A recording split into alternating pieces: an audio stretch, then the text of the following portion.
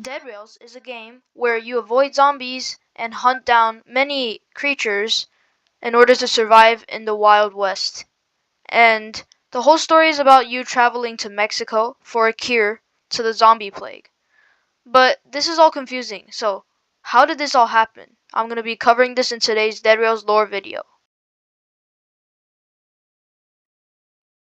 So, in August 6, 1895, Nikola Tesla was assigned from the US government to provide a military weapon designed uniquely by himself. But that bioweapon turned out to be a disaster because it went wrong and everything went downhill from now, since his bioweapon turned all of his scientists into zombies. So right before that, Nikola Tesla realized the dangerousness of this challenge, so he told his scientists to preserve his brain in a jar if this experiment goes wrong.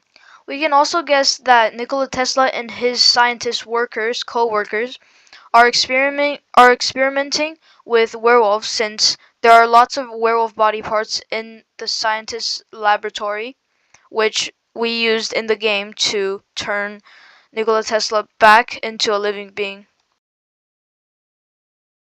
So 2 years later, a zombie leader, as we all know as Captain Prescott, was sent the was sent a note from Washington D.C. about the bioweapon, and Washington D.C. told Captain Prescott to hold on to the bioweapon for 2 days. And by the way, the bioweapon's name is called Agent 15. A few days after that, Captain Prescott again received a note from Washington, D.C., but this time telling him to remove and destroy all of the evidence and all of the scripts and notes of anything that was left of the bioweapon. So Captain Prescott declined this, and he replied to the Washington, D.C. as cowards. But I think they were ending this for good because this might be illegal actually.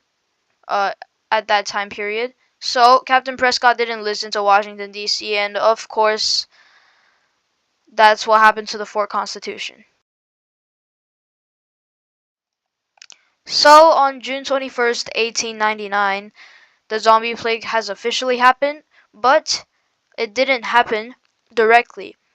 According to the newspaper, there was this little disease that was quite like a fever, to be honest, and it was a fever, but it also made people like become zombie behaviors and starts behaving weird towards other people, even when they're family members.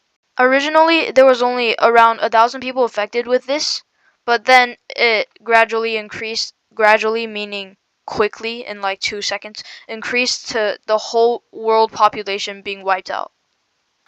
And at June 25th, 1899, uh, everybody has officially been calling this virus the zombie plague.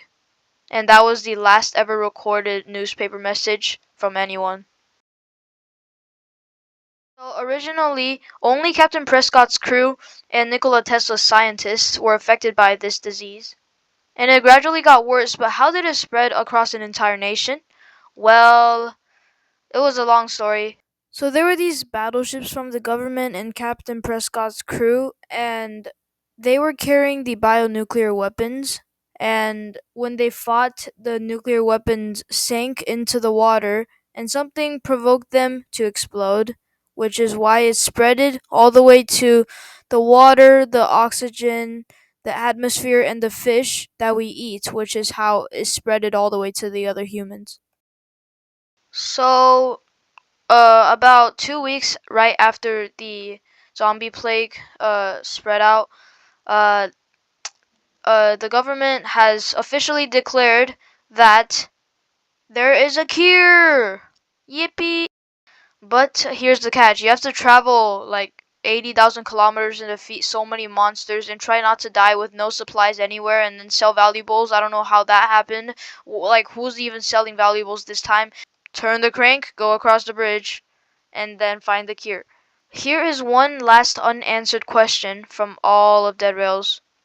Why was there nothing at the end after the bridge? There was no cure.